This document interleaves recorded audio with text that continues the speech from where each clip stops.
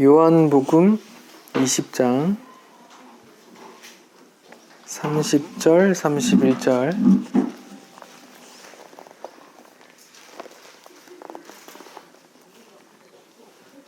함께 읽겠습니다. 시작.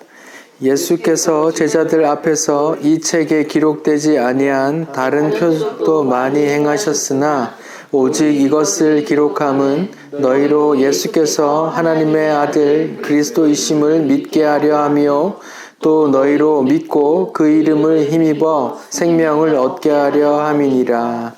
아멘. 지난주에 도마를 보면서 믿음에 관한 이야기를 좀 했죠.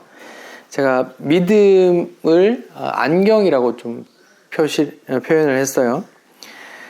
왜 안경이라고 표현했냐면 보이지 않는 하나님과 그의 나라 또 그분의 뜻 이런 것들을 보고 소망하기 위해서는 믿음이라는 안경이 꼭 필요하다, 이런 의미에서 안경이라고 표현했어요.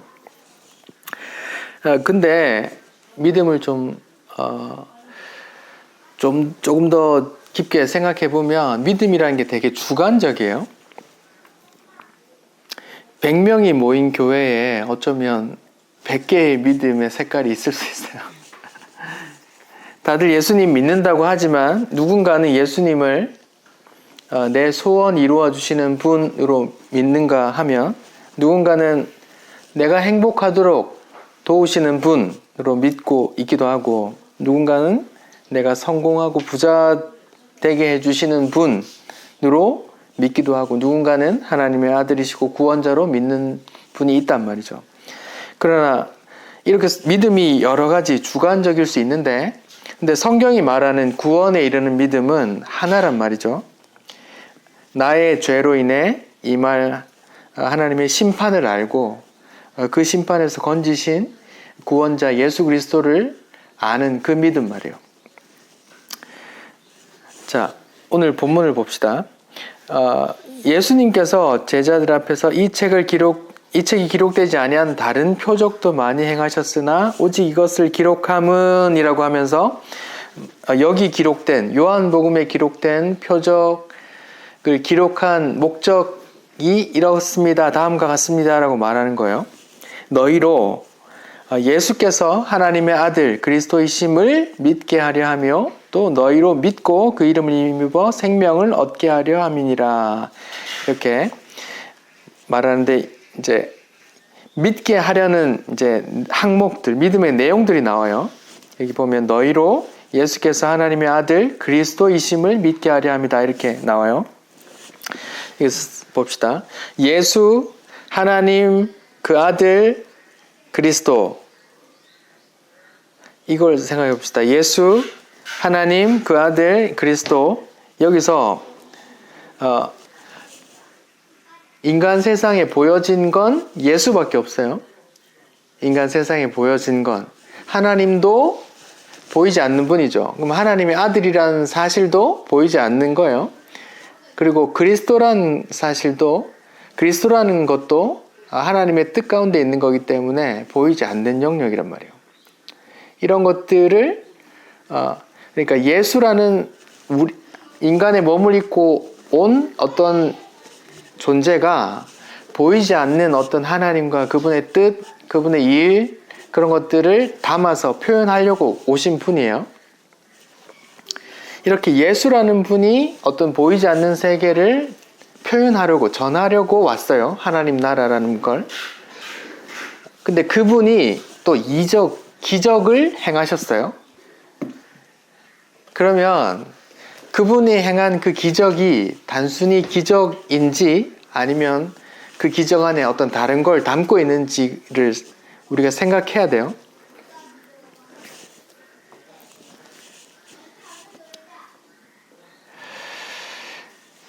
요한복음에서 예수님이 행하신 기적을 특별히 표적, 세메이온이라고 했어요. 뭐 영어로는 미러클 사인 이렇게 번역할 수 있는데 그냥 단순한 표적이라고 하지 않고 어떤 사인이라고 표현했다고요.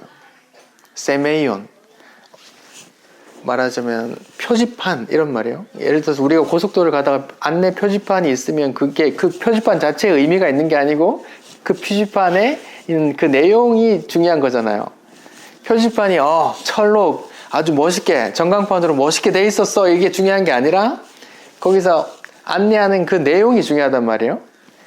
그래서 예수님께서 행하신 그 표적들이 있는데 그 표적들을 요한복음에서 이렇게 정리했는데 요것만 담았는데 그 담은 목적이 이런 거야 라는 거예요.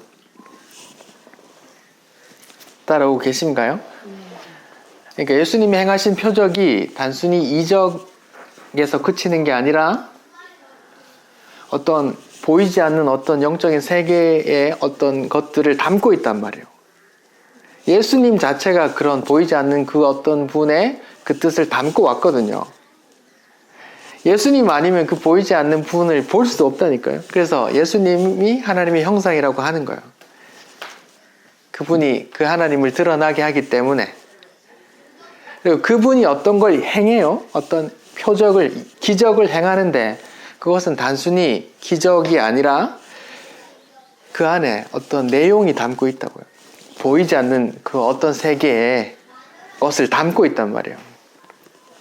그래서 성경에 나오는 수많은 이적들을 그대로 믿는다고 해서 성경이 말하는 바른 믿음이 아니에요. 성경에 예수님이 죽은 자를 살리셨다, 천지를 창조했다, 해가 멈췄다, 해가 뒤로 15도 움직였다, 바다가 갈라졌다, 그런 수많은 기적들이 있잖아요. 그런 기적들을 그래 나는 그거 있는 그대로 사실 팩트였다고 믿어, 받아들여 라고 해서 성경이 말하는 바른 믿음이 아니란 말이에요. 그게 또 무슨 소리야 이렇게 말할 수 있는데 그 표적들, 기적들은 다 어떤 영적인 하나님의 보이지 않는 하나님의 뜻, 하나님께서 전하고자 하는 메시지가 있기 때문에 그 메시지를 보지 못하고 그냥 기적만 그래 나 이런 걸 믿어 라고 한다고 해서 구원에 이르는 믿음이 아니란 말이에요.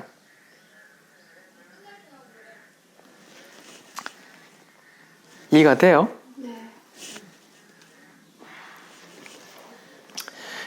예를 들어 볼게요. 창조 기사를 나는 믿는다. 창세기 1장부터 나오는 그 창조 기사를 나는 그대로 다 믿어. 하나님이 다 창조하셨다고 믿어.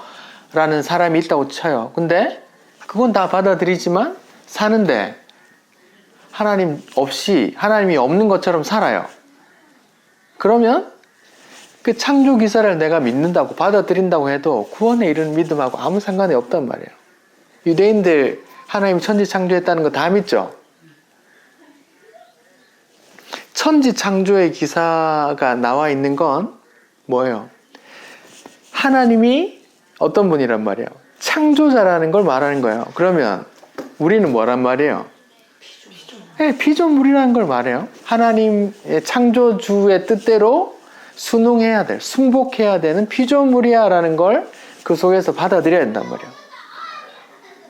창조 기사를 내가 그대로 믿는다고 하지만 내가 하나님으로부터 피조된 피조물이라는 하나님의 이렇게 완전히 순복하고 따라야 할 그런 피조물이라는 거를 인지 못하고 내 마음대로 내 뜻대로 살면 그 창조 기사를 내가 다 믿는다고 해도 하나님과 아무 상관없는 사람이 되는 거예요. 왜냐하면 그 표적에 그 기사에 담긴 메시지를 못 받아들이기 때문에.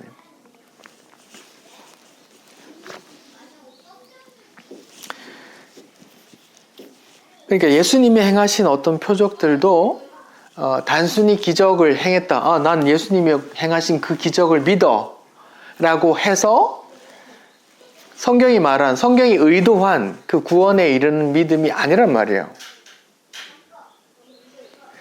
예수님이 여러 표적을 행하셨어요. 근데 그 표적이 보이지 않는 어떤 것들을 담아놨어요. 그 담아놓은 걸 보지 못하면 난 예수님이 나사로를 살린 걸 믿어. 죽었는 지 사흘 만에 예수님이 다시 살려낸 걸 믿어 라고 해도 그게 구원에 이르는 믿음하고 상관없을 수 있다니까요. 이건 또 뭔 소리야 이 미친놈 이렇게 생각할 수 있는데 잘 들어보세요. 오늘 제가 요한복음의 결론인 이 두 구절을 말하기 때문에 앞에서 나온 7개의 표적을 다 정리해 드릴 거예요. 오늘 중요한 내용을 담고 있으니까 지난 거 다 1시간씩 듣기 어려우면 이걸 몇 번씩 들어보세요.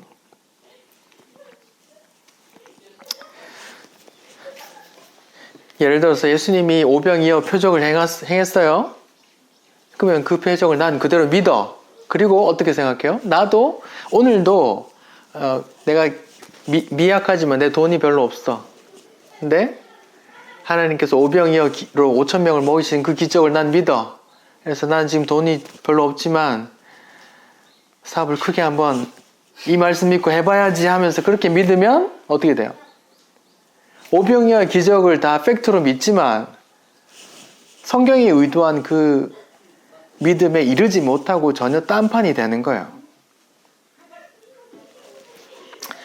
다들 그러잖아요. 교회에서 우리 교회 지금 뭐 20-30명밖에 안 되고 헌금도 얼마 안 되지만 우리 오병이어 기적 다 봤죠? 다 믿죠? 하면서 우리 한 50억짜리 성전 건축 한번 해봅시다.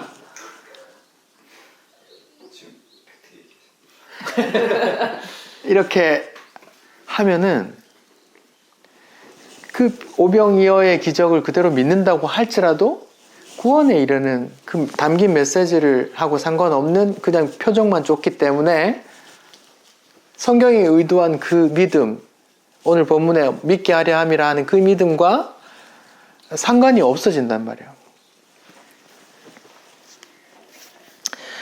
오병이어 기적을 보고 사람들이 벌떼같이 몰려들었어요.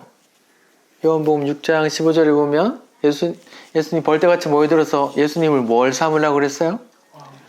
임금 왕 삼으려고 그랬어요. 그 속에 사람들은 뭐였어요? 생각이 어떤 생각으로 왕 삼으려 했을까요? 저놈 왕 세워놓으면 기적을 계속 베풀어서 내가 배를 골지는 않겠구나 한단 말이에요. 그렇게 접근하면 꽝이란 말이에요.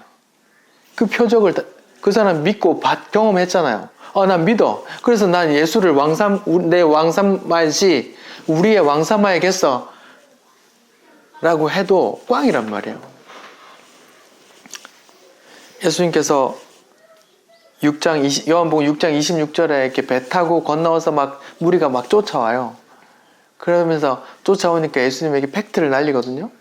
너희가 나를 따라오는 것은 표적을 본 까닭이 아니라, 표적, 어떤 이적에 담긴 어떤 그 메시지를 알아먹고 쫓아오는 게 아니라 뭐예요?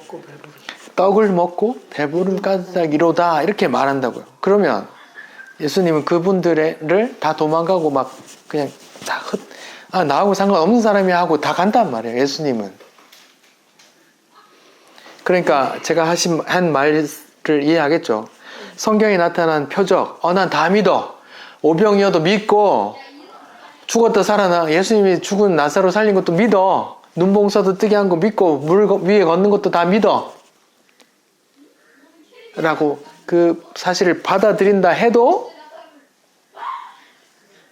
예수님, 성경이 의도한 그 믿음과 거리가 멀 수 있다니까요. 그 표적 안에 담긴 어떤 영적인 보이지 않는 세계에 대한 메시지를 보지 못하면 그 표적을 보고 따라와도 꽝이란 말이에요. 아까 말씀드린 오병이어 표적을 보고 우리 믿음으로 해봅시다 하고 목사님이 그렇게 얘기했으니까 네 알겠습니다 하고 빚 3억 땡겨서 넣고 하나님 내 사업 지금 조그만 구멍가게인데 이렇게 이것도 다 감당하고도 남을 만큼 하나님 어떻게 오병이어 기적을 해주심을 믿습니다. 꽝이란 말이에요. 꽝입니다. 제가 그렇게 하고 계시는 쟁쟁한 목사님들 면전에서는 그런 말씀을 못 드리지만 지금 없으니까 용기 있게 드립니다. 꽝입니다. 표적은 담긴 메시지가 있단 말입니다. 보이지 않는 세계에 대한 그걸 알아 먹어야 된다고요. 이런 배경을 바탕으로 요한복음에 나온 7가지 표적을 한번 되짚어 볼 테니까 한번 잘 따라와 보세요. 첫 번째 표적은 요한복음 2장에 있습니다. 같이 볼게요.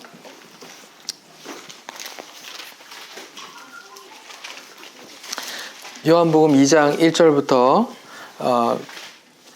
가나 혼인잔치가 있어요. 거기에 예수님의 엄마 마리아가 이제 막 중추적인 역할을 하는 거 보니까 예수님의 사촌 쪽인 것 같아요. 근데 거기에 혼인잔치가 한 3일에서 일주일, 2주일 이렇게 가는데 포도주가 떨어지면 이제 큰일 나는 건데 거기 이제 현실적인 문제가 생겼단 말이에요. 포도주가 떨어졌다. 그래서 마리아가 예수님한테 그걸 말하고 해결해 달라는 식으로 얘기를 해요. 그러니까 예수님 뭐라 그래요? 내 때가 아닙니다. 나와 무슨 상관이냐? 네, 이렇게 말했어요. 첫 번째 예수님의 말씀이에요. 마리아가 현실적인 어떤 문제, 포도주가 떨어졌어 라는 문제를 예수께 갖고 왔어요. 지금 내 현실의 문제를 고쳐줘 하고 예수님께 다가왔어요. 그러니까 예수님이 했던 첫 번째 반응이 말씀이 뭐예요? 나와 무슨 상관이 있나이까? 내 때는 이르지 않았습니다. 당신이 이 땅을 사는데 당장 닥친 그 문제가 나하고 무슨 상관이야? 이렇게 말하는 거예요. 마리아 친척의 혼인잔치에 포도주 메꿔주러 오신 분이 아니죠? 그런 말씀이에요? 근데 뒤에 포도주 이렇게 만들어 줬잖아. 이렇게 말하면 어떡할 거냐? 그건 내 때에 대해서 메시지를 담아 하신 거라고요. 내 때가 아직 이르지 않았다. 그러니까 내 때에 대해서 그러면 제가 표적을 담아서 드릴게요 하는 거란 말이에요. 첫 번째 표적의 내용이 뭐예요? 6절 요한복음 2장 6절 거기에 유대인의 정결 예식을 따라 두세 통 드는 돌 항아리 6이 놓였는지라. 이제 정결 예식 말하자면 손 씻는 거란 말이에요. 율법과 그 전통에 따라서 손을 씻어 깨끗하게 한 다음에 이렇게 거기서 먹는 거에 혼례에 참여하죠. 거기에 물을 채워서 이제 연회장한테 갖다 주라고 해요. 그랬더니 포도주가 돼버리죠. 이게 무슨 표적이냐? 마리아가 포도주가 없다고 해서 포도주 채워진 마리아의 그 현실적인 문제를 해결해 주신 예수님 아니냐? 그럼 이렇게 기도하면 우리도 되잖아. 이러면 꽝이란 말이에요. 거기에 메시지가 담겨 있단 말입니다. 내 때에 대한, 아직 내 때가 이르지 않았는데요. 그럼 내 때에 대해서 메시지를 담아서 보여드릴게요. 이렇게 한단 말이에요. 그 물이 포도주로 변한 게 무슨 예수님의 때에 무슨 상관이 있냐? 요한복음에서 나오는 예수님이 말하는 그 때란 어떤 때예요? 우리가 쭉 요한복음을 다 했잖아요. 십자가. 예수님께서 십자가에 죽으시는 그 때를 말한다고요? 그러면 이 표적이 앞으로 있을 내 때에 대한 표적이란 말입니다. 그러면 물이 포도주로 변했는데 내 때하고 무슨 상관인데요? 정결 예식에 물 손으로 씻잖아요. 정결 예식으로 너희 행위로 율법으로 너희가 깨끗해지는 게 아니라 뭐예요? 포도주가 상징하는 게 뭐예요? 요한복음에서 상징하는 포도주를 돌리면서 예수님이 뭐라 그래요? 이건 내 피라 그러죠. 포도주가 상징하는 내 피로 너희가 깨끗해질 거야 라고 말하는 거예요. 그 왜 하필 정결 예식통에 담았어요? 계속 오는 사람 손 씻어야 되는데 그 예수님의 때에 대해서 말씀한다고요.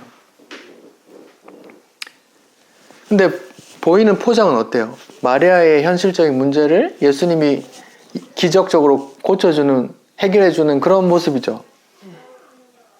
그냥 감춰져 있단 말입니다. 이게 그냥 이렇게 받고 이렇게 쫓아다니면 꽝이란 말이에요. 너희는 표적을 보고 본까닭이 아니라 먹고 배부르기 때문에 너희 유익을 때문에 나한테 쫓아오는 거야. 이렇게 예수님이 그들을 배척한다고요.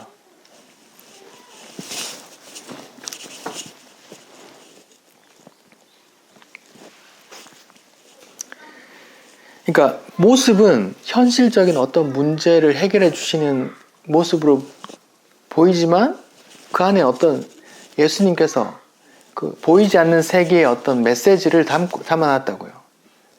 하나님의 나라와 하나님의 뜻은 어떻게 이루어지는지, 하나님의 나라가 어떻게 형성되는지, 자기 백성이 어떻게 하나님의 나라에 들어오는지 그 영적인 이야기들을 거기에 담아놨단 말이에요. 그걸 첫 번째 표적으로 하신 거예요.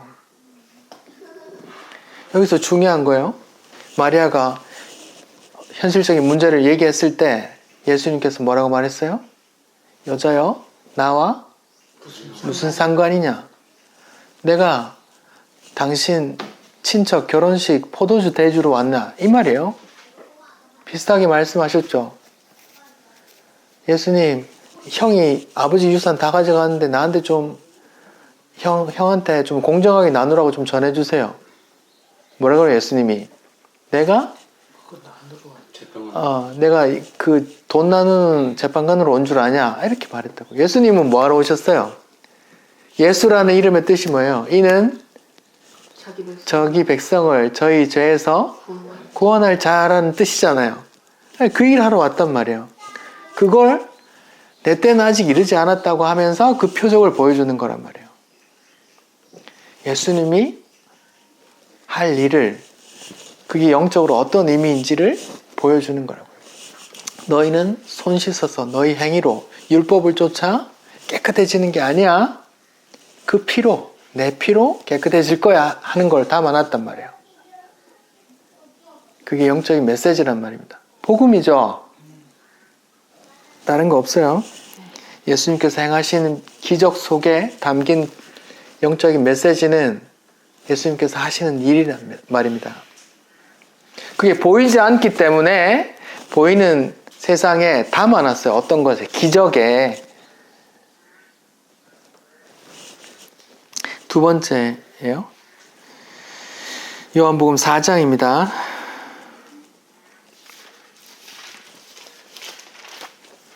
4장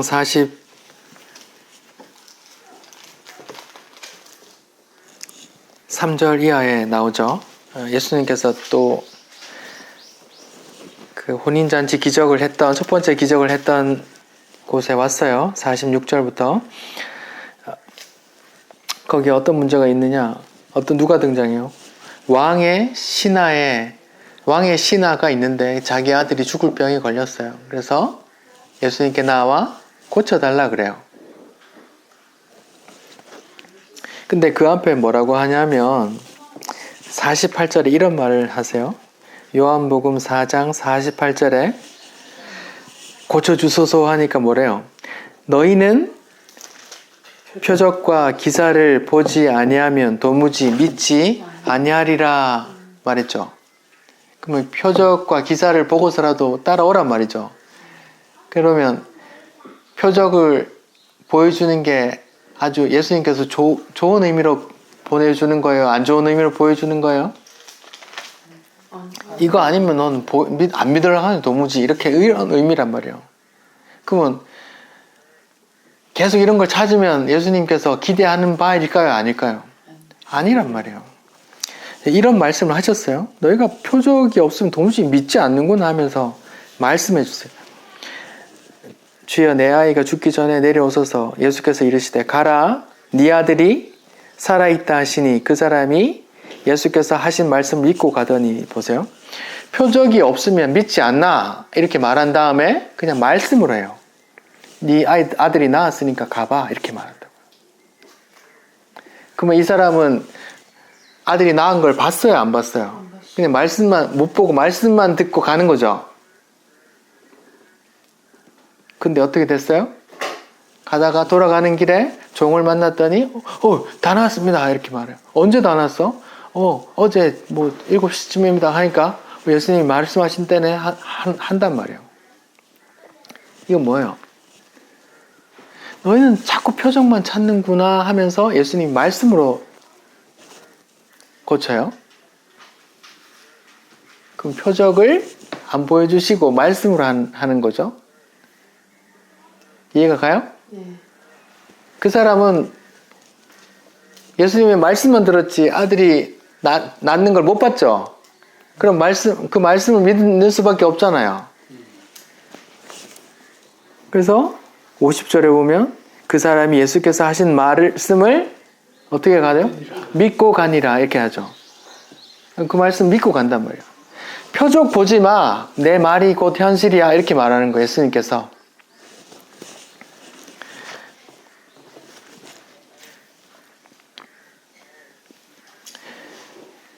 자, 여기도 포장은 어떻게 포장됐어요? 어떤 사람이 어떤 현실의 문제, 내 아들이 죽을 병에 걸렸습니다. 고쳐주세요라는 걸 이렇게 고쳐주는 이적으로 담았지만 여기에 담긴 메시지는 뭐예요? 내 말이 곧 내 말로 너희 아들이 살아날 거야. 내 말이 곧 현실이 될 거야. 이렇게 이런 메시지를 준다고요. 예수님께서 사역하시면서 이제 앞으로 어떤 말을 할 건데요? 이런 말씀을 쭉 하셨어요. 내가 들리면 모든 백성을 아버지께로 인도할 거다. 이런 말씀을 하셨어요. 그리고 또 어떤 말씀 하셨어요? 나는 양의 문이다 그래요. 양들이 지나가는 문이야. 나는 선한 목자다 그러죠. 양들을 인도하는 목자다 그러죠. 그리고 나는 포도나무요, 너희는 가지니 그러죠. 나는 포도나무다. 그럼 나는 포도나무인데 너희는 가지야. 그러면 포도나무가 가지에게 뭘 줘요? 생명과 영양분을 주죠. 그리고 예수님께서 또 뭐래요? 나는 길이요, 진리요, 생명이니. 예수님 생명을 준다는 거예요. 또 나는 부활이요, 생명이니. 내가 생명을 주겠단 말이에요. 나는 또 생명의 떡이다 라고 말해요. 그러니까 너희가 예수님께서 이런 말씀을 쭉 하셨단 말이에요. 그러면 보이는 현실이 다가 아니고 예수님의 말씀이 곧 현실이 되는 거예요. 보이는 두 번째 표적의 겉모양은 뭐예요? 어떤 사람이 내 아들 죽을 위기니까 살려줘 해서 살려줬는데 그 담긴 메시지는 뭐예요? 예수님의 말씀이 그대로 현실이 된다는 거예요. 예수님의 말씀이 현실이 된다는 거예요.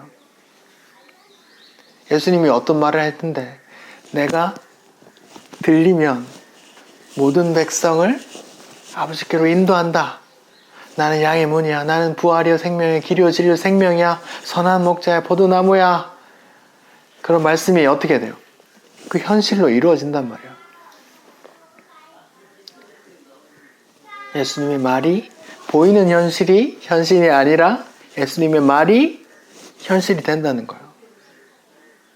히브리서 11장 2절에 보면 믿음으로 말미암아 세계가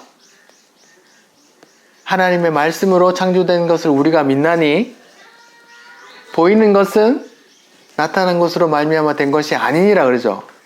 천지가 어떻게 했어요? 하나님의 보이지 않는 말씀으로 만들어졌다는 거죠. 그렇게 보이지 않는 것들을 이 천지에 담겨놨단 말이에요.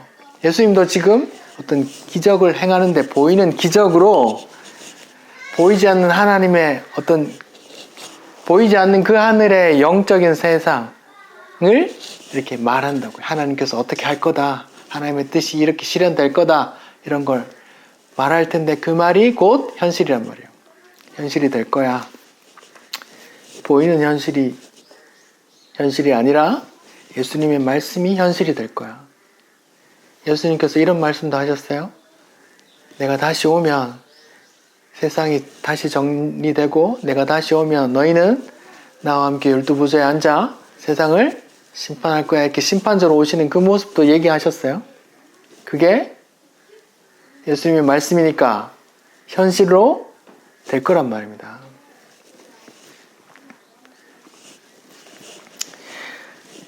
따라오고 계세요? 세 번째요. 5장이요. 5장에 보면 베데스다 못에 38년 된 병자 이야기가 나와요. 제가 읽어볼게요. 1절 그 후에 유대인의 명절이 되어 예수께서 예루살렘으로 올라가시니라. 예루살렘에 있는 양문 곁에 히브리 말로 베데스다라 하는 못이 있는데,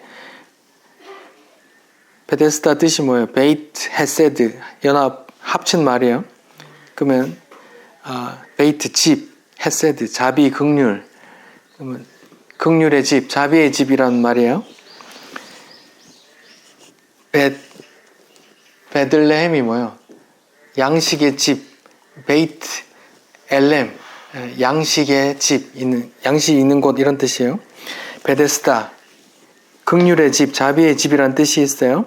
그 안에 많은 병자, 맹인, 다리 저는 사람, 혈기 마른 사람이 누워 물의 움직임을 기다리니, 이는 천사가 가끔 못에 내려와 물을 움직이게 하는데, 움직인 후에 가장 먼저 들어가는 자는 어떤 병이 걸렸든지 낫게 되밀어라 라고 상황을 얘기해줘요.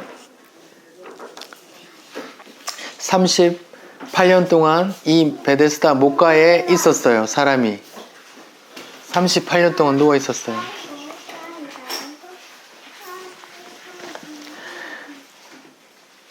자, 현실적인 보이는 현실의 상황은 이래요. 병 들었어요. 근데 이 병에서 구원받을 길이 있어요. 그게 뭐예요? 물이 움직일 때 처음에 뛰어 들어가야 돼요. 그런 현실에 구원받는 방법이 나와 있는 거죠. 근데 예수님이 와서 어떻게 해요? 그냥 말씀으로 고쳐주세요. 일어나 가라. 그렇게 해보니까 가버려요. 예수님께서 지금 현실의 구원의 길이라는 걸 부정해버린단 말이에요. 현실의 구원의 길이 뭔데요? 물이 움직일 때 제일 첫 번째로 들어가야 된단 말이에요. 그 현실의 진리, 현실의 구원받는 방법을 뭐예요? 예수님께서 부정해버리고, 그거 아니야! 부정해버리고 예수님이 그걸 구해준단 말이에요. 6절 예수께서 그 누운 것을 보시고 병이 벌써 오래된 줄 아시고 이르시되 네가 낫고자 하느냐? 낫길 원하느냐? 이렇게 물으니까 그 병자가 낫길 원합니다라고 말하는 게 아니라 뭐예요?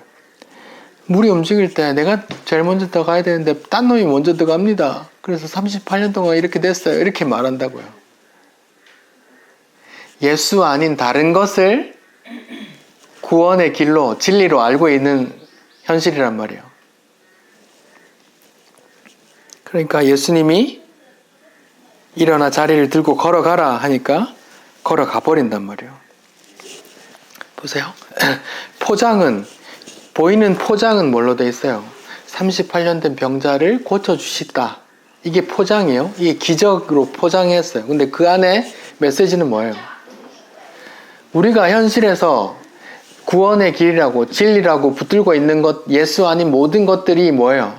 구원의 길이 아니란 말이에요. 예수만 구원의 길이라는 걸 말해주는 거예요.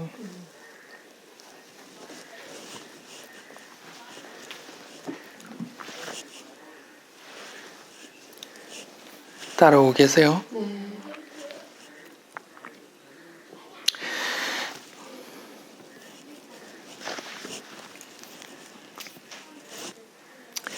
그 상황은 이스라엘, 유대를 말하기도 해요.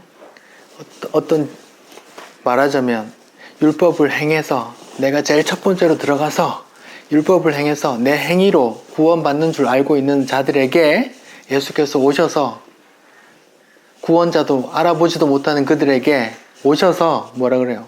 자기가 구원자가 되어주시는 이야기란 말이에요. 근데 여기에 되게 어렵게 생각하는 구절이 있어요. 14절, 요한복음 5장 14절에 이렇게 말해요. 이제 나중에 다시 만났어요, 성전에서. 그 후에 예수께서 성전에서 그 사람을 만나 이르시되 보라 네가 나았으니 더 심한 것이 생기지 않게 다시는 죄를 범하지 말라 하시니 이렇게 말해요.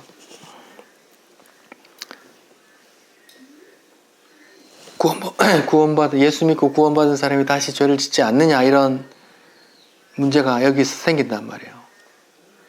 그러면 성경으로 풀어봅시다. 요한복음에서 말하는 죄가 뭐예요? 요한복음 16장에 성령이 너에게 임하시면 죄에 대해 심판에 대해서 의에 대해서 너희를 책망하시리라 하죠. 죄에 대하여란 뭐예요? 너희가 나를 믿지 아니함이오죠.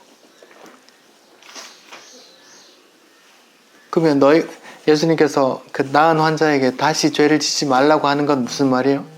예수를 다시 안 믿는 자리로 돌아가지 마란 말이고 넌 결코 그렇게 돌아갈 수 없어라는 말이기도 해요. 이해가세요? 요한 1서 3장 6절에 이런 말씀이 있어요. 그 안에 예수 안에 거하는 자마다 범죄하지 아니하나니 범죄하는 자마다 그를 보지도 못하였고 그를 알지도 못하였느니라 이렇게 말해요. 예수 안에 거하는 자는 범죄하지 않는데요. 우리가 생각하는 죄의 관념으로 아닌데 난 죄를 짓고 마음속으로도 계속 죄를 짓고 이렇게 하는데라고 생각하잖아요. 죄의 정의가 다르단 말이에요. 요한이 말하는 죄는 뭔데요? 예수 믿는 거예요. 예수 안에 거하다가 다시 예수 밖으로 튀어나가는 걸 말해요. 우리는 그럴 수 없는 거예요. 우리 예수 믿고 하나님도 알고 내 죄도 알고 내게 닥칠 하나님의 심판도 알게 된 자는 예수의 구원 받기 전으로 다시 내 죄를 아예 깜깜무소식으로 내 멋대로 살던 그때로 다시 돌아갈 수가 없다는 말이에요.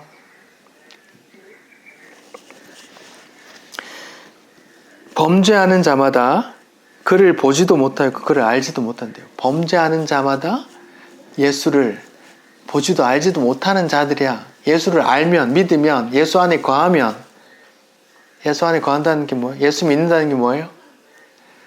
내가 내 죄를 보는 거고 내게 임할 하나님의 무시무시한 심판을 아는 거고 그래서 하나님이 보내주신 그 의, 구원자 예수 아니면 안 됩니다 하는 그 고백을 내가 하게 된 거잖아요. 그런 상태를 죄지지 않는 상태라고 한단 말이에요. 요한복음과 요한 1서는 이해가세요? 예수 안에 있는 자는 죄를 짓지 않고 죄 짓는 사람은 예수를 보지도 알지도 못하는 사람들이야 이렇게 말하는 거예요.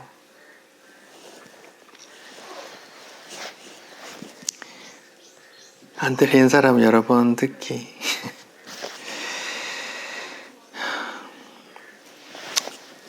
자, 세 번째 말씀드렸어요. 세 번째 베데스다 목가. 그 겉모양은 38년 된 병자를 고쳐주는 기적이에요. 근데 그 기적을 보고 그 담긴 메시지를 알지 못하고 나도 지금 10년째 암투병하고 있는데 예수님 고쳐주시겠지 로 나가면 너희가 표적을 보고 나를 따라오는 게 아니라 너희 유익을 쫓아 먹고 배부르기 때문에 쫓아오는 거야 라는 책망을 듣게 된다고요. 거기 담긴 메시지는 뭔데요?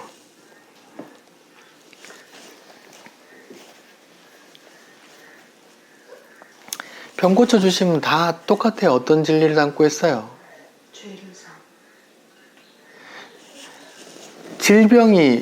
육체의 질병이 육체의 사망에 이르게 하잖아요. 이 보이는 것을 치료해서 보이지 않는 그 진리 뭐예요? 죄가 너희를 영원한 사망, 영원한 지옥으로 끌고 가는데 내가 그 죄를 해결할 죄사함의 권세가 있단다라는 걸 보여주는 거예요. 예수님께서 병을 고쳐주신 수많은 환자들이 다시 죽었어요? 안 죽었어요?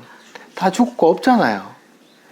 그 이적을 말하는 게 아니에요. 예수님이 오셨을 당시에 수많은 병자들을 다 고쳐주신 게 아니에요. 거기 표적을 담아서 몇 개만 해주셨다고요. 그게 뭔데요? 육체의 질병이, 이거는 삼복음서에 다 나오는데 중풍병자 이야기에서 나와요. 중풍병자 막 그 지붕 뜯어서, 기와 뜯어서 막 내리는데 그 친구들이 내려주고 막 고쳐주는 장면 있죠? 거기서 이렇게 말한다고요. 내가 이걸 고쳐주는 거는 내게 어떤 권세가 있음을, 죄사함의 권세가 있음을 너희에게 알게 하려고 고쳐주는 거야, 이렇게 말한다고요. 육체의 질병이 육체를 사망에 이르기까지 하잖아. 내가 이거 고쳐줄게. 이걸로 이 보이지 않는 진리를 내가 좀 설명해 줄게. 너희 죄가 너희를 영원한 사망, 영원한 지옥으로 끌고 가는데 내가 죄사함의 권세가 있다는 걸 내가 보여줄게. 이걸로 육체의 질병으로 보면서 이렇게 보이는 세계는 병을 고쳐주는 기적이지만 거기에 담긴 메시지는 보이지 않는 그 영적인 하나님의 심판과 하나님의 죄, 심판 이런 걸 내가 다 씻어 깨끗게 해서 구원해 줄게 라는 메시지를 담고 있다고요. 예수에게 죄사함의 권세가 있단 말이에요. 이걸 죄사함의 권세와 연결시키지 못하고 계속 병 고쳐주세요, 육체의 병 고쳐주세요, 병 고쳐주세요 라고만 하면 예수님의 책망을 듣는다고요. 예수님하고 상관없이 된다고요. 너희가 표적을 보고 나를 찾아오는 게 아니라 떡을 먹고 배부른 까닭이로다, 이렇게 나하고 상관없어 저리 가, 이렇게 한다고요. 다음 네 번째요, 6장입니다. 오병이어 사건이에요. 오병이어 사건의 앞에 서두에 이런 빌립을 시험하려고 이렇게 예수님이 질문하세요. 5절이에요. 예수께서 눈을 들어 큰 무리가 자기에게로 오는 것을 보시고 빌립에게 이르되 우리가 어디서 떡을 사서 이 사람들을 먹이겠느냐 하시니, 이렇게 말씀하시면 친히 어떻게 하실지 아시고 빌립을 시험하고자 하심이라. 빌립이 대답하되 각 사람으로 조금씩 받게 할지라도 200데나리온의 떡이 부족합니다. 제자 중 하나 곧 시몬 베드로의 형제 안드레가 예수께 여짜오되 여기 한 아이가 보리떡 5개와 물고기 2마리를 가지고 있나이다. 그러나 이것이 이 많은 사람에게 얼마나 도움이 되겠습니까? 이렇게 말한다고요. 자, 보세요. 현실은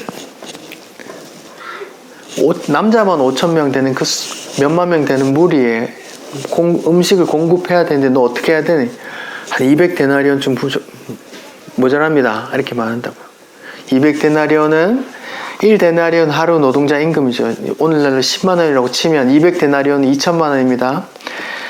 적게 드려도 뭐 김밥하고 물 하나 주더라도 한 2천만 원 들겠는데요. 주사를 해보니까 이게 현실이에요. 현실을 말하는 거예요. 예수님이 빌립을 시험하고자 했어요. 근데 빌립은 그 영적인 세계에 대한 건 모르고 그냥 현실적으로만 얘기해요. 지극히 상식적으로 대답하는 거죠. 이게 현실만 보는 사람의 모습이에요. 현실. 5,000명? 2천만 원 좀 모자란데요? 당장 돈 이렇게 얘기한다고요. 어린아이 도시락이 하나 있네요. 거기에 보리떡 5개와 물고기, 멸치 같은 거 이렇게 빨아먹는 거예요. 보리떡 먹고 이렇게 짭조름한 멸치 이렇게 뜯어먹고 이런 도시락통이에요. 그게 하나 있네요. 아이 도시락이 하나 있습니다. 이게 얼마나 도움이 되겠습니까? 하시니까 그걸 갖고 축사하시고 5,000명 나눠주시죠. 겉 모양은 보리떡 2개와 물고기 2마리의 그 작은 미약한 것으로 5,000명을 먹이는 그 기적을 베푸셨어요. 이게 보이는 포장이에요. 그 안에 담고 있는 게 뭘까요? 그 안에 담고 있는 게 뭘까요? 오병이어에 대한 해석은 6장 22절부터 쭉 생명의 떡에 대해서 쭉 나와요. 오병이어의 해석은 그거예요. 저 보세요. 내가 생명의 떡이야. 너희가 생각하는 이 미천한 것으로 내가 이렇게 만들어 줄게. 이런 말이에요. 내가 생명의 떡이거든. 근데 아무도 나를 생명의 떡으로 가치 있게 안 보네. 아무도 가치 있게 안 보는 이 예수 복음. 예수 복음 알면 뭐 밥이 나오나 떡이 나오나 하는 그 예수 복음, 현실에서는 아무 쓰잘데기 없는, 아무 도움 안 되는 그 예수 복음이 수많은 만백성을 구원하고도 남도록 하는 그 생명의 양식이란다. 이런 말이에요. 다시요. 보리떡 2개와 물고기 2마리, 그 미약한 것으로 하나님께 내면 하나님께서 5,000배 튀겨주신다. 내용이 아닙니다. 당시에 사람들이 예수를 그렇게 받고 미천한 걸로 받고, 오늘도 십자가 복음이 그게 밥 먹여주나 하고 다 무시한단 말입니다. 현실에서 누가 십자가 복음이 무슨 도움이 돼? 아버지 제 목사의 길로 가겠습니다. 야, 이 미친놈아, 그게 밥 먹여주나? 하잖아요. 십자가 복음 전한다고 하는데 그 꼬라지가 그게 뭐고? 한단 말이에요. 예수 복음이 이 땅에서 보기엔 그 어린아이의 도시락, 보리떡 5개와 물고기 2마리처럼 미천하단 말입니다. 아무 쓰잘데기 없이 보인단 말이에요. 이 땅에서 아주 큰 일을 해야 되는데 예수 복음 안다고 전한다고 아무 도움 안 될 것 같잖아요. 이 땅에서 보이는 그 예수 복음이 그 영적인 진리로 보면, 영적인 믿음의 눈으로 보면 만백성을 살리고도 남아, 이런 메시지란 말이에요. 그게 천국 복음이 감춰져 있는 보화라고도 하고, 또 겨자씨에 또 비유하는 게 그런 거란 말입니다. 작은 거 헌금했더니 5,000배 튀겨준다, 이게 아니란 말입니다. 겉 모양은 작은 도시락, 아이 도시락으로 5,000명을 먹이는 그 기적으로 포장되어 있지만, 그것으로 거기에 보이지 않는 영적인 진리를 거기에 담았는데, 거기에 담아있는 메시지가 뭐예요? 현실적으로 볼 때, 이 땅에서 볼 때, 보이는 세상이 볼 때 예수 십자가 복음은 너무도 미천하여 전혀 도움되지 않을 것, 이 땅에서 큰일 해야 되는데 전혀 도움되지 않을 것 같이 보이지만, 보이지 않는 믿음의 눈으로 보면 천사도 놀랄 만큼 그런 광대한 하나님의 능력이 된다는 말이에요. 이게 다른 복음서의 천국 비유에서 천국은 말이야 하면서 밭에 감춰진 보화라고도 표현되고, 겨자씨, 미천한 눈에 보이지도 않는 겨자씨, 그러니까 나무를 이뤄서 새가 실 그늘이 된다고도 표현하는 거란 말입니다. 십자가 복음이 오늘날 세상이 볼 때는 그렇게 미천해 보이기 때문에 그렇게 말하는 거예요. 잘 따라오고 계십니까? 안 따라오면 반복해서 들으십시오.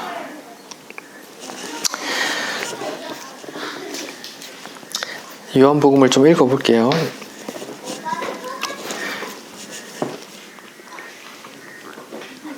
요한복음 6장 26절, 예수께서 대답하여 이르시되 네가 진실로 너희에게 이르노니 너희가 나를 찾는 것은 표적을 본 까닭이 아니요 떡을 먹고 배부른 까닭이야, 이렇게 말하는 거예요. 그러니까 이 말을 하는 거는 오병이어 표적이 육신의 떡을 주기 위함이란 말이에요, 아니란 말이에요? 아니란 말입니다. 육신의 떡을 주기 위한 메시지였다면 어이구 어서 온나 하고 계속 떡을 줘야죠. 그런 게 아니란 말입니다 하고 그런 자들 내팽개 치신다고요. 27절, 썩을 양식을 위하여 일하지 말고 썩을 양식, 썩어질 몸을 위한 썩어질 양식, 빵을 일하지 말고 영생하도록 있는 양식, 예수 복음 십자가를 위하여 하라. 이 양식은 인자가 너에게 준다. 인자는 아버지께서 인치신 자, 아버지께서 보내신 자라. 예수죠. 그들이 묻되 우리가 어떻게 하여 하나님 일을 하리오까 하오리까. 예수께서 대답하여 이르시되 하나님께서 보내신 일을 믿는 것이 하나님의 일이다. 이렇게 말해요. 그럼 이제 30절부터 표적이 나와요. 그들이 묻되 그러면 우리가 보고 당신을 믿도록 행하시는 표적이 뭡니까? 하니까 하면서 이제 덧붙이는 말이 기록된 바 하늘에서 그들에게 떡을 주어 먹게 하였다 함과 같이 우리 조상들은 광야에서 만나를 먹었어요. 이렇게 만나 이야기를 해요. 그럼 만나를 주신 만나 사건의 메시지가 있을 거 아니에요. 만나도 하나님께서 이 땅에 베푸신 이적이죠. 그 이적 속에 하나님의 보이지 않는 영적 세계의 진리를 담았단 말입니다. 신명기 8장 3절에 만나를 먹이신 이유에 대해서 메시지를 말씀해 주세요. 제가 읽어볼게요. 신명기 8장 3절 너를 낮추시고 너를 줄이게 하시고 너도 알지 못하며 조상들도 알지 못하던 만나를 너희에게 먹이신 것은 뭐예요? 사람이 떡으로만 사는 것이 아니요 여호와 입에서 나오는 모든 말씀으로 사는 줄 너희에게 알게 하려 하심이라. 이렇게 말해요. 만나에 담긴 영적인 메시지가 이거라고요. 사람이 떡으로 사는 게 아니야. 하나님의 말씀으로 살아. 나중에 말씀이 육신이 되어 오신 그분으로 살아. 이런 말이에요.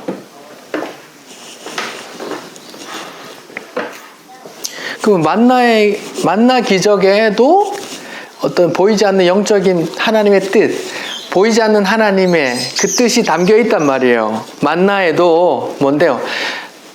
사람이 떡으로 사는 게 아니야. 빵 먹어 사는 게 아니야. 사람이 하나님의 입에서 나오는 말씀이 육신이 되어 오신 2000년 후에 오신 그 예수로 인해서 사는 거야. 이렇게 말하는 거야. 그러면 보세요. 사는 것은 성경이 말할 때 이 땅에서의 삶을 사는 것이라고 취급도 안 해요. 입에서 나오는 말씀으로 살 거야. 믿음으로 살 거야. 하잖아요. 그 삶은 영적인 생명을 말해요. 성경이 말하는 이 땅은 어때요? 영원해요? 아니요. 베드로 후서에 보면 이 땅이 불사르기 위하여 잠깐 보존되어 있다 그러죠. 이 땅이 영원하지 않음을 알아요. 그래서 이 땅에 사는 인생을 성경이 뭐라 그래요? 갈라디아서에 너희는 잠깐 보이다 없어지는 안개니라 그러죠. 성경은 우리가 이 땅에서 살아가는 걸 생명이라고 취급도 안 한다고요. 그냥 썩어질 것 이렇게 봐요. 근데 성경에서 생명이라고 하면 그 영적인 생명을 말하고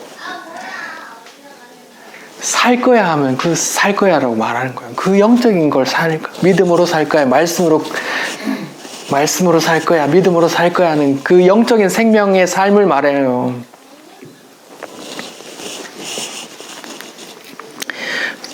비록 예수님의 표적들이 다 보이는 세상의 기적으로 드러났지만 그 속에 뭐가 담겨 있어요? 보이지 않는 영원한 나라에 대한 하나님의 뜻이 담겨 있다고요. 이 땅에서 건져내야 되니까. 성경은 이 땅의 삶을 생명으로 살아있다고 취급도 안 한다니까요. 이 땅의 모든 인생을 그냥 안개라고 치부해 버린다고요.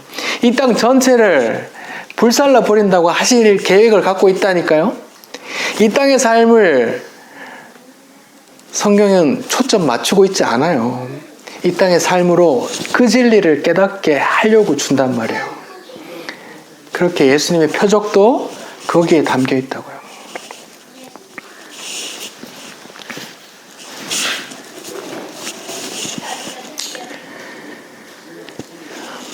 성경은 이 땅에서 인간의 삶을 생명이다, 살았다 표현 안 해요. 반대로 이 땅에서 우리 육체의 죽음도 죽음이라 표현 안 해요. 나사로가 죽었을 때 뭐라 그래요? 예수님이 나사로가 잔다 이렇게 말해요. 왜 잔다 그래요? 다시 깨어나기 때문에. 구원받은 사람만 깨어나요? 아니요. 요한복음 5장 29절 선한 일을 행한 자는 생명의 부활로 악한 일을 행한 자는 심판의 부활로. 구원받는 놈이나 심판받는 놈이나 다 깨어나기 때문에 성경은 이 땅의 육신의 죽음을 그냥 잔다라고 한다고요. 표현한다고요. 죽음이라고 표현하지도 않아. 죽음은, 성경에서 말하는 죽음은 그 영원한 지옥에서 영원히 하나님의 진노 가운데 있는 걸 죽음이라 그래요. 그 죽음에서 건진단 말이에요. 그 생명을 준단 말이에요. 예수님. 그래서 성경이 말하는 생명도 그 영적인 영원한 생명이고, 성경이 말하는 죽음도 그 영원한 시간 속에서의 지옥에서의 그 영원한 죽음을 말하는 거예요. 우리 육은 그냥 잠시 있다가는 안개요. 그냥 썩어질 것이라 생각해요. 근데 예수님께서 이 기적 계속 줄게, 이 기적 구해라, 이 땅에서 보이는 이 기적 구해라고 하시겠어요? 그건 성경 전체하고 안 맞는단 말이에요. 하나님과 화목한 상태를 생명이라고 말해요. 그 생명을 누가 줘요? 예수가 준단 말이에요. 예수가 하나님과 원수된 우리를 화목시킨단 말이에요. 또 그걸 의라 그래요. 요한복음 16장에 죄에 대해, 심판에 대해서, 의에 대해서라고 하면 뭐예요? 내가 하나님께로 올라간다 그러죠. 내가 하나님께 올라간다는 말은 그 죄값을 다 해결하고 하나님께서 받으셨다, 하나님께서 받으신다, 하나님께 화목됐다 이 말이거든요. 그걸 또 생명을 또 의라고 한단 말이에요. 창세기 6장에 하나님이 떠나가시니 그들이 육신이 되었다 이렇게 표현하죠.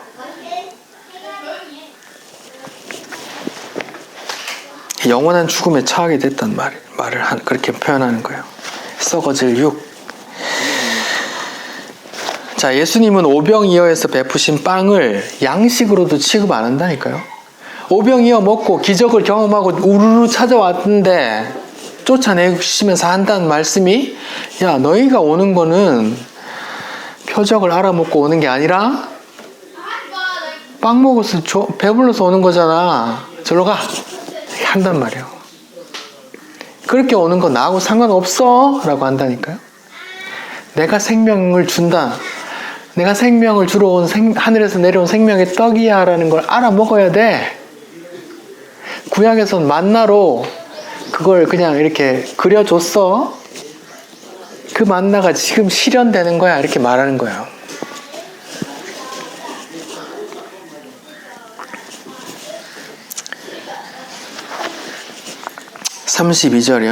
요한복음 6장 32절 예수께서 이르시되 내가 진실로 너에게 이르노니 모세가 너에게 하늘로부터 떡을 준 것이 아니라 내 아버지께서 너에게 하늘로부터 참떡을 주시나니 하나님의 떡은 하늘에서 내려 세상에 생명을 주는데 죽은 자 살리는 이 육신의 생명이 아니란 말이에요. 그 생명 말하는 겁니다.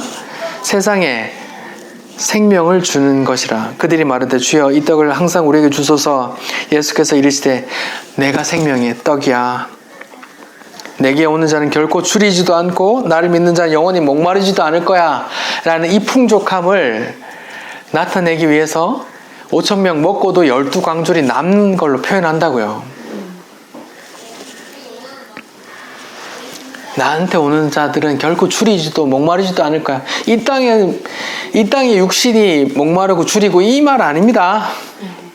그건 생명으로 양식으로 치지도 않는다니까요. 성경은, 예수님은 그 보이지 않는 세계를 말한다고요. 그래서 다 이런 걸로 통해서 믿게 하려 한다, 믿게 하려 한다, 믿게 하려 한다. 그 보이지 않는 세계의 진리를 보게 한다고 말하는 거예요.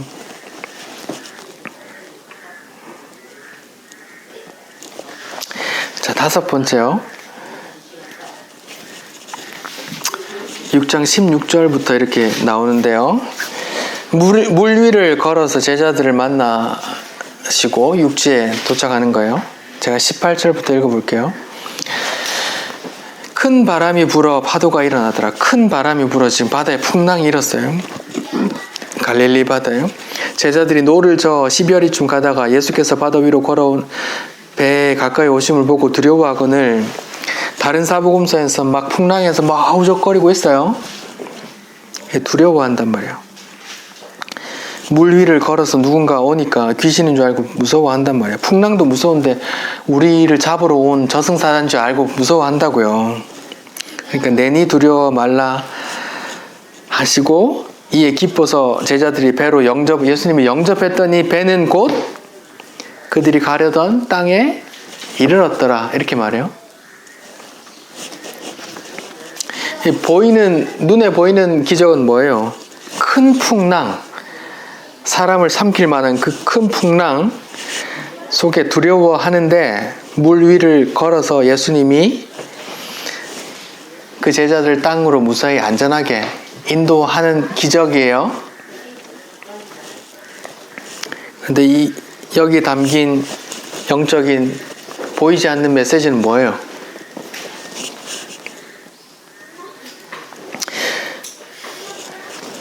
바다로 큰 풍랑으로 상징되는 하나님의 심판이라는 영적인 현실에서 자기 백성을 건져 하나님의 나라로 이끄는 하나님 예수님을 증거하는 거라고요. 다시요. 노아 홍수, 성경에서 홍수, 바다는 풍랑은 하나님의 심판을 상징해요. 큰 풍랑의 바다로 상징되는 하나님의 심판이라는 영적 현실 가운데서 자기 백성을 건져서 하나님의 나라로 약속된 땅으로 이끄시는 예수님을 증거하는 기적이라고요. 이거 못 알아먹고 나도 물 위를 같이 걸어야지 하고 물 위를 앞만 띄워보세요. 예수님하고 상관없다니까요.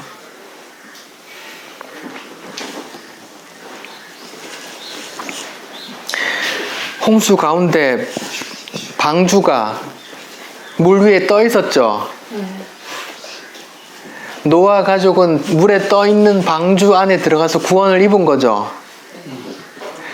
그거를 노아 홍수 사건으로 표현된 그 구약의 예고편을 지금 예수님이 또 이렇게 자기를 직접 이렇게 실현해 보이신다고요. 물 위를 걸어서 방주가 되어서 물 위를 걸어서 자기 백성을 건지신단 말이에요. 그렇게 보이지 않는 그 구원하시는 구원자 예수를 증거하는 거라고요. 자, 6번째요. 9장으로 갑시다.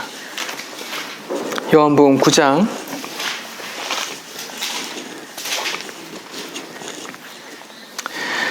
요한복음 9장 1절부터는 날 때부터 맹인된 자를 눈뜨게 하시는 사건이 나와요.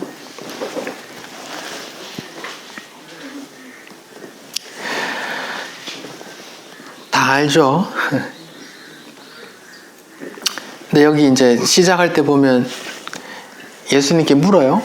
예수님, 저 날 때부터 맹인이었는데 저 사람은 자기 죄로 인한 거예요? 부모님 죄로 인한 거예요? 라고 하는 거. 어떤 질병이나 어떤 불구라는 현상이 하나님께 벌받아 나타난 증상으로 유대인들은 생각해요.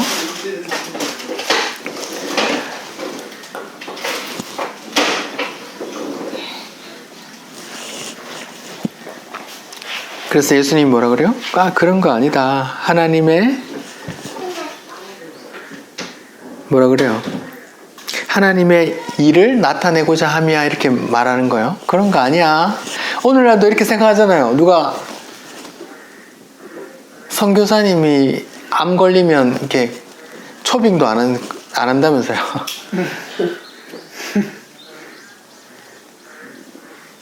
어렵게 목회하시는 목사님 부부가 다 같이 암 걸렸어요. 교회에서 그 목사님 부부 나가라고 했어요. 이렇게 생각하잖아요, 다. 그런 거 아니란 말입니다. 성경은 이 땅의 삶을 그렇게 중요하게 생각도 안 해요. 영적인 생명과 영적인 죽음을 계속 전하는 메시지라니까요. 여기서 이제 예수님이 이렇게 막 침 뱉어서 막 진흙 이겨서 막 눈에 바르고 이런 것들에서 되게 초점을 맞춰서 이렇게 얘기하시는데 중요한 건 뭐예요? 어디 가서 씻어요? 무슨 목가요? 7절에 보면 실로암 목가에 가서 씻으라. 실로암은 번역하면 뭐래요? 보냄을 받았다는 뜻이라 이렇게 봐요. 제가 이 부분 설교할 때 하나님께서 예수님이 흙으로 사람을 빚어서 이렇게 창조하시는 창조주라는 것도 드러내신다는 것도 표현했는데 뭐 그렇게 볼 수도 있지만 제가 보기에는 일단 더럽게 묻혀서 예수님께서 일부러 더럽게 묻혀서 누구한테 보내요? 실로암 하나님으로부터 보냄받은 자 예수께 더러운 자로 예수를 만났더니 눈을 뜨고 깨끗해졌더라 이런 걸 표현하는 거라고요. 보이는 세상에서의 보이는 기적은 뭐예요? 날 때부터 맹인인 봉사가 실로암 목가에서 씻었더니 눈을 떴다 이거지만 거기에 담긴 그 보이지 않는 진리는 뭐예요? 내가 더러운 죄인으로 더러운 상태로 예수께 나아갔더니 예수께서 나를 씻어주시고 나를 그 보이지 않는 세계에 대해서 예수님 구원자도 내 죄도 구원자도 하나님의 나라도 보게 하셨다 이 말이 담겨 있다고요. 그게 영적인 메시지라고요. 여기 결론 부분에 39절부터 이렇게 나와요. 제가 읽어볼게요. 요한복음 9장 39절 예수께서 이르시되 내가 심판으로 이 세상에 왔으니 보지 못하는 자를 어떻게 하고? 보게 하고 보는 자들은 맹인이 되게 하려 함이라. 이게 또 무슨 철학 뚱딴지 같은 소린가 하지 말고 잘 들어보세요. 바리새인들이 우리도 맹인인가? 이렇게 말해요. 예수께서 말씀하시길 너희가 맹인이었더라면 나한테 와서 하나님으로부터 보내받은 실로암으로 와서 죄가 씻음 받고 눈을 떴을 텐데 너희가 본다고 하니 내게 안 와서 너희 죄가 그대로 있네 이렇게 말하는 거예요. 이게 결론이라고요. 6번째 날 때부터 맹인된 자를 구원하는 이야기에 눈뜨게 하는 기적의 표적의 메시지가 결론이 이거라고요. 영적인 메시지를 담고 있다고요. 죄인된 자들이 자기가 죄인임을 알고 예수께 오는 자 실로암 하나님께 보냄받은 자로 왔더니 거기서 씻음 받고 눈을 떠 보이지 않는 내 죄도 하나님의 심판도 하나님의 구원도 예수도 하나님의 나라도 보게 됐다. 할렐루야. 근데 너희는 맹인이 아니라고 하네. 그럼 나한테 안 오겠네. 너희 죄가 그대로 있네. 이렇게 말한다. 이렇게 보이는 건 이 땅에서 봉사가 눈 떴네 라는 기적이지만 그 안에 뭐가 담겨 있어요? 보이지 않는 하나님의 나라와 하나님의 뜻, 그 보이지 않는 진리가 담겨 있다고요. 예수가 그런 일을 할 거라는 게 담겨 있다고요.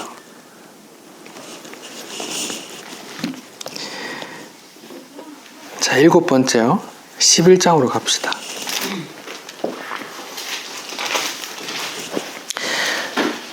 죽은 나사로를 살리세요. 나사로가 위독하다는 얘기를 듣고 이틀 더 유하세요, 일부러. 그리고 죽은 지 4일 된 나사로를 살려내신단 말이에요. 요한복음 11장 11절 이 말씀을 하신 후에 또 이르시되 우리 친구 나사로가 뭐래요? 잠들었다 그러죠. 내가 깨우러 간다 그러죠.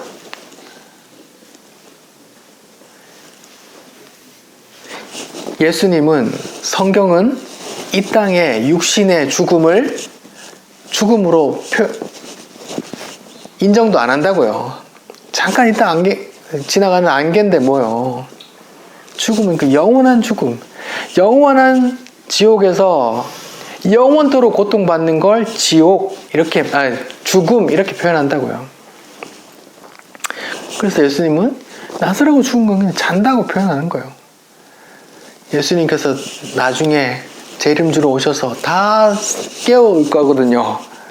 구원 받는 놈이나 심판 받는 놈이나 다 깨워서 넌 여기 줄 서, 넌 여기 줄 서 이렇게 하신다니까요. 그리고 나서 어떻게 해요? 영원한 죽음으로, 영원한 생명으로 이렇게 하신단 말이에요. 깨우러 가자. 제자들이 못 알아들으니까 야 임마 내가 그 얘기 하는 게 아니잖아 임마 죽었어. 살리러 가자 이렇게 하신다고요.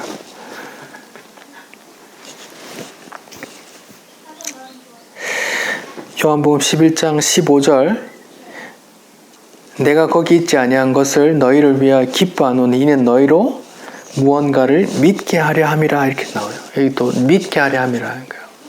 믿음은 보이지 않는 걸 보는 눈이 안경이라 그랬어요. 이 표적을 통해서 죽은 나사로가 살리는 걸 통해서 무언가를 보이지 않는 무언가를 믿음으로 보게 한다는 말이거든요. 예수께서 이 죽은 나사로에게 가서 믿게 하려고 하시는 그 일이 뭔데요? 21절부터 봅시다. 마르다가 여자 마리아 마르다 자매라고 그랬어요. 그 오빠는 나사로고 마리아가 둘 다 예수님 빨리 와야지 에이 죽었잖아 이렇게 한단 말이에요. 보세요. 예수님은 마리아든 마르다든 예수님의 어머니의 마리아든 각자 안개 같은 인생들이 원하는 걸 이루어 주러 왔어요? 아니면 하나님의 일을 하러 왔어요? 하나님의 일을 하러 왔어요. 마리아 마르다가 왜 이제 왔어요? 했단 말이에요. 빨리 와서 죽기 전에 살려야지. 죽으면 끝났잖아. 이게 한다고요. 예수님은 아까 예수님의 엄마 마리아에게도 말했지만 나와 무슨 상관이냐?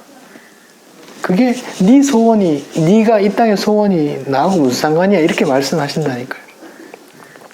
이틀을 더 유예하고 하나님은 자기 일, 하나님이 보내신 하나님의 뜻을 보여준단 말이에요.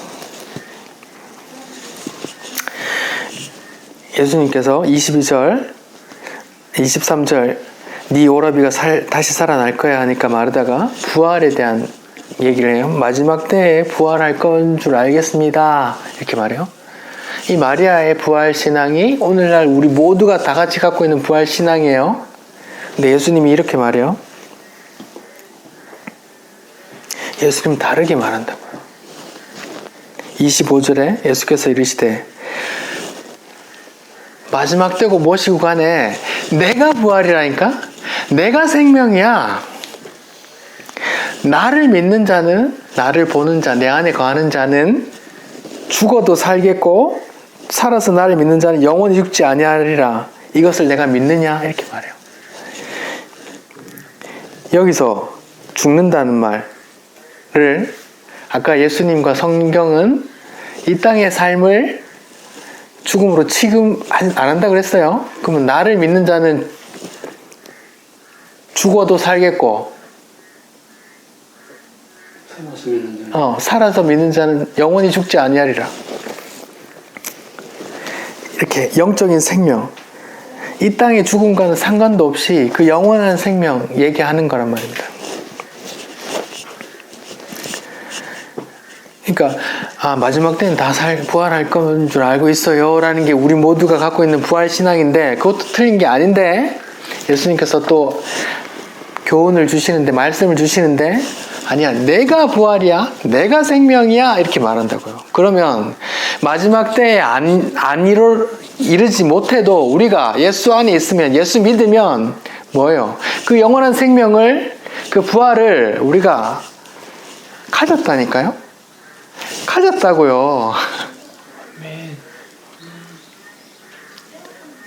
그 영원한 생명을 가진 자는 이 땅의 죽음을 그렇게 두려워하지 않는단 말입니다. 성경에 그 입장을 갖게 된다니까요. 이 땅에서 인간의 삶이 잠깐 안개구나. 예수님이 오신 건 이 땅에서 영원히 살도록 하신 게 아니구나. 아, 보이지 않는 그 나라에서 영원히 하나님과 함께 영원히 살도록 하시는 그 생명 주시는 거구나 하고 그렇게 알면 영원한 생명을 가진 거란 말이에요.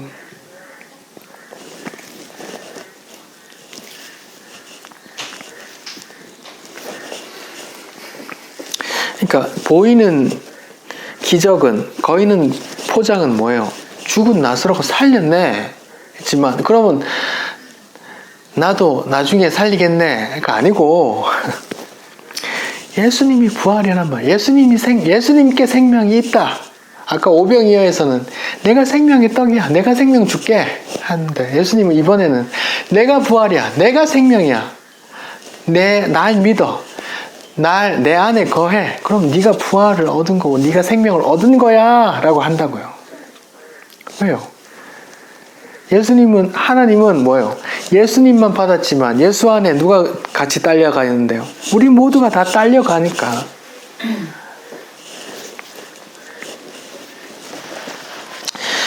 그러니까 그 죽은 자를 살리는 그 그 기적 속에 그 영적인 영원한 세계에 보이지 않는 그 하나님의 뜻이 내가 예수로 인해서 너희를 살릴 거야 라는 걸 다 담겨 있다고요.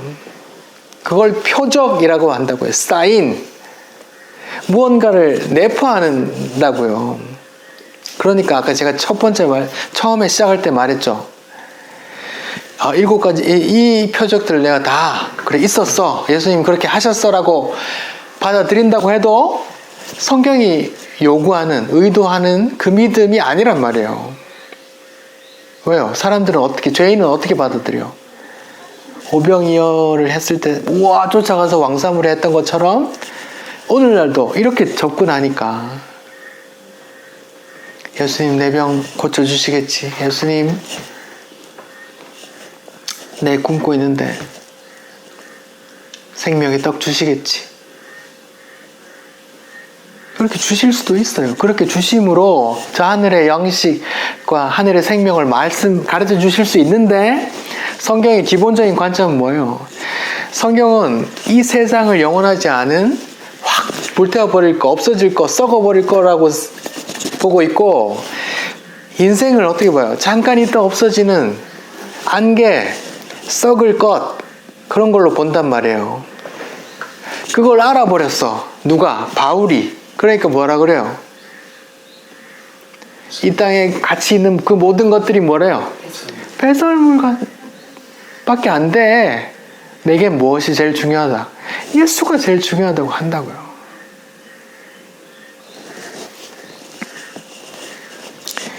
제가 지금 보이지 않는 세계를 얘기하고 있어요. 믿음 있는 자만 듣는단 말입니다. 지금도 교회 안에서 수많은 사람들이 예수 십자가 복음이 밥 먹여주나 하고 교회 안에서 멸시를 받는단 말입니다. 미천하게 어린아이 도시락처럼 그렇게 여긴단 말입니다.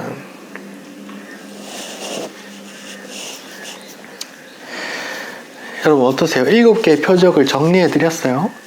겉으로 보이는 건 이 땅에서의 기적이지만 그 속에 뭘 담았어요? 보이지 않는 그 세계를 담았다니까요. 그 진리를 담았다고요. 그 생명을 담았어요. 그 생명을 누가 주시는데요? 예수가 주신다고요. 그래서 이걸 믿게 하려 한다. 그 어떤 안경을 주려고 한다. 그 기적들을 통해서 그 보이지 않는 세계를 보게 한다. 이렇게 표현하는 거예요. 이런 믿음이 저 내일 시험 치는데 하나님 저 되겠죠? 믿습니다. 이 믿음하고 같아요? 다르다니까요. 이 땅의 걸 보는 믿음이 아니라니까요. 저 보이지 않는 저걸 보게 하는 믿음이라니까요. 믿음으로 세상이 하나님의 말씀으로 창조된 것을 우리가 안 하니 나타난 것은, 이 보이는 세상은 뭐예요? 나타난 것으로 보이는 세상, 보이는 거 어떤 게 만들어진 게 아니라 보이지 않는 어떤 것으로 인해서 만들어졌어 이렇게 하잖아요. 믿음으로 보이지 않는 세계를 본다는 말이에요. 그게 믿음이란 말입니다. 그래서 이 요한복음 결론에 이 표적들을 통해서 예수가 하나님의 아들이고 구원자 그리스도고 그로 인해 생명을 얻게 하려고 믿게 하려고 생명을 얻게 하려고 이렇게 계속 결론에 이렇게 짓고 있단 말이에요.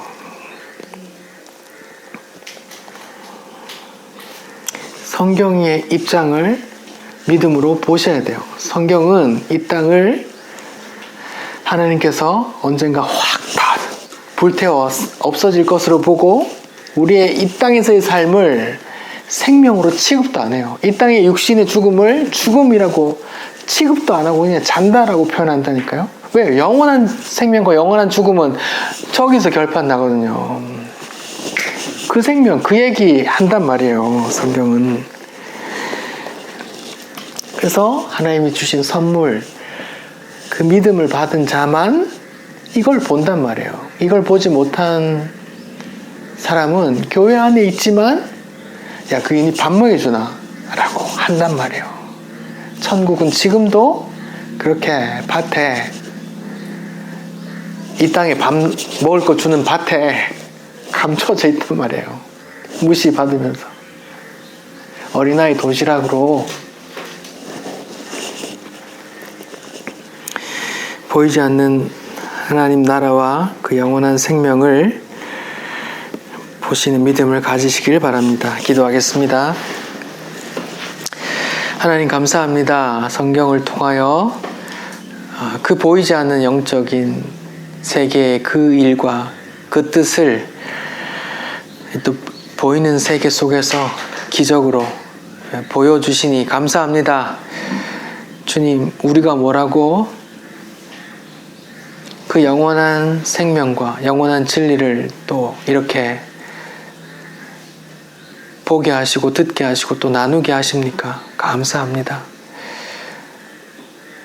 이 땅에 그 어떤 일이 닥쳐도 난 여호와로 즐거워하리 라고 고백하는 그 믿음을 가진 자들 되게 도와주십시오. 예수님 이름으로 기도드립니다. 아멘.